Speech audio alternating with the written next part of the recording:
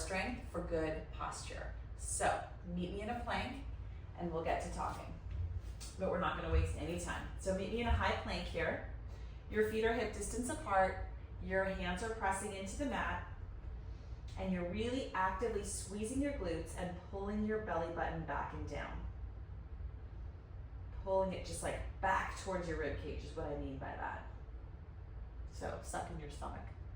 I guess that's another easy way of saying it. So obviously, or maybe not so obviously, core strength is a huge part of having good posture. As soon as we let our bellies just kind of go, our lower back goes with it. We start having lower back pain. We start having all kinds of pain in our back actually.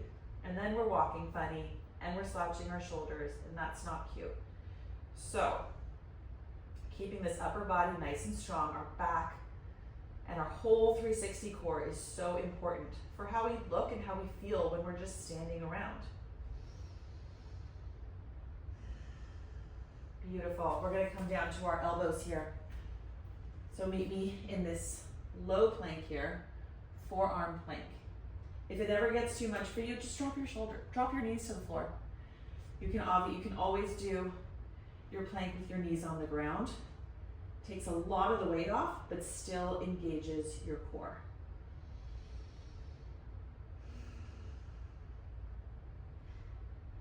Just breathe here. As I said, drop the knees if needed. Now, switch your right hand down and roll to the outside of your right foot. Reach this left arm up. Obviously starting this class off with lots of planks. And I want you to put your hand behind your head here. Crunch down, open up. Crunch down, open up. Every time you come open, I want you to just really think about opening up your chest so it's perfectly parallel to the side wall. And you're really pressing with this lower shoulder out of the shoulder. We don't want to sink into that. Last one. Rolling to the other side is going to feel like a nice break. And onto your left side. Stack your feet here.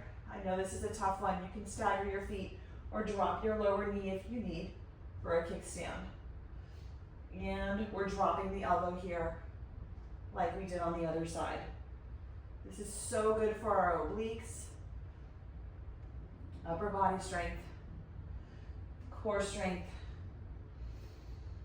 And last one, open up, roll back to this forearm plank, and just hold for 5 more breaths. Drop your knees if you need to. We're not getting good posture with bad core strength. We're just not.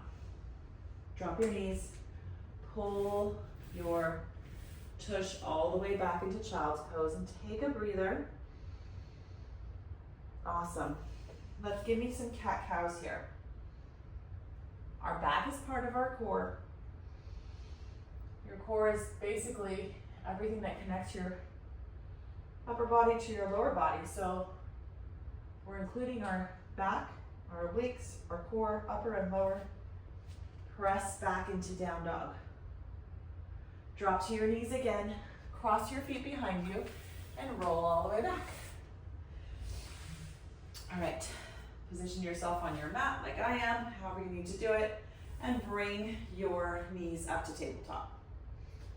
Now, we are going to just drop one leg at a time here. We're going to press our lower back really strong into the mat so that you cannot slide anything underneath here, not even a piece of paper. As we slowly drop one foot at a time and then bring it back up. So we're going to switch this up a little bit by reaching our hands to the sky and extending alternate arm, alternate leg, dead bug pose. Every time you extend this left leg out or the right leg, you're pressing your lower back into the mat because the tendency will be to arch, right? But we don't want to do that. We want to press it down. Lower back down. Keep moving through these. Drop your chin a little bit. You also might have a little rolling back towards the top of your head. We don't want to do that either. Keep everything nice and tight. And just breathe through this.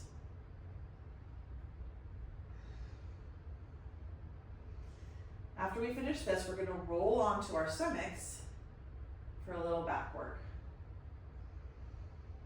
And 3, and 2, last one.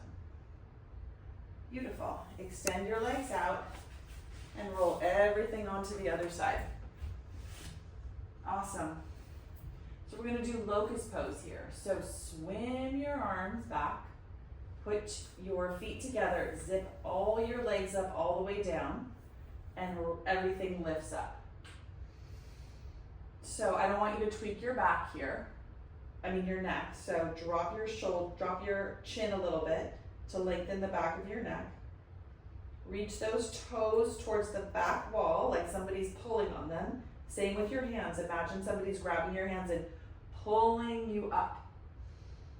If I was in the room with you, I would grab your hands and I would just give you a gentle pull to lift that upper body up. Inhale and exhale. And let it go. Press back into your child's pose. And then come up to all fours. So the dead bug that we did, we're gonna switch it to our bird dog. So right arm and left leg are extending and meeting in the middle. We're crunching our core, strengthening our back. Crunching our core, strengthening our back. And also think about opening up the chest when you extend out. You're not trying to go super high, you're trying to reach as far as you can with the foot and the hand. And last one, switch sides. Drop that down. Left arm, right leg.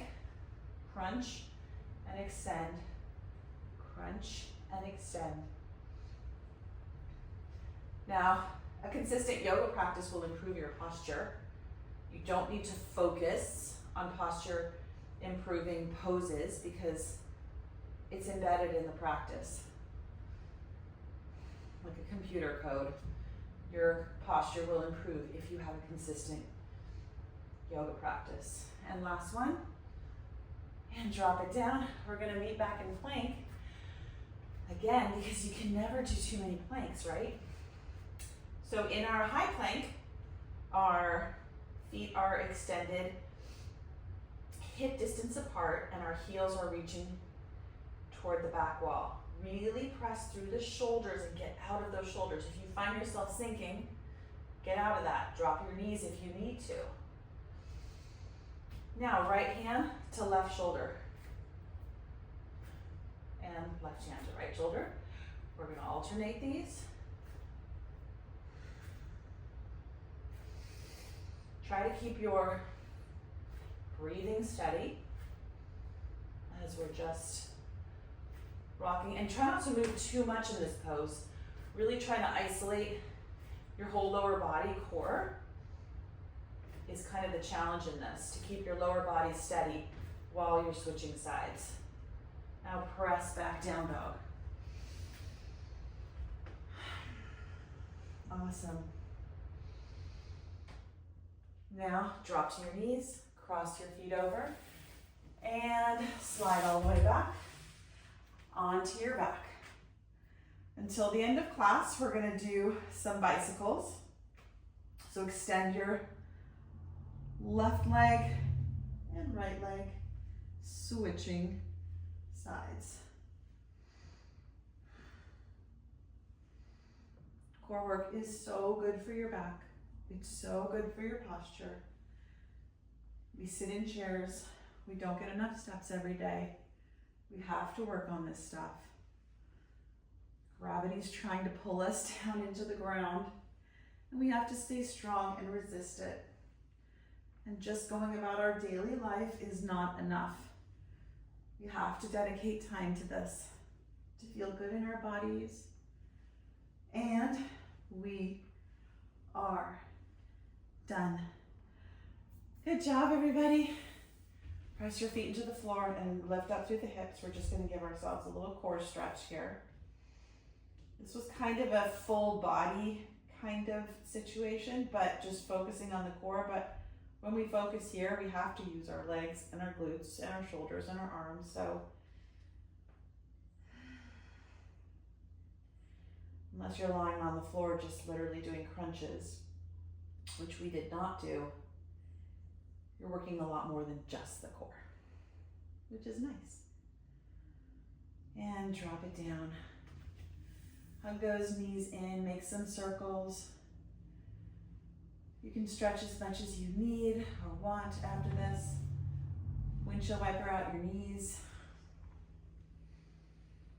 But doing this kind of core strength on a regular basis, along with your yoga classes, you're gonna feel better in your chairs, you're gonna feel better standing, feel better in the bleachers when you're watching a game.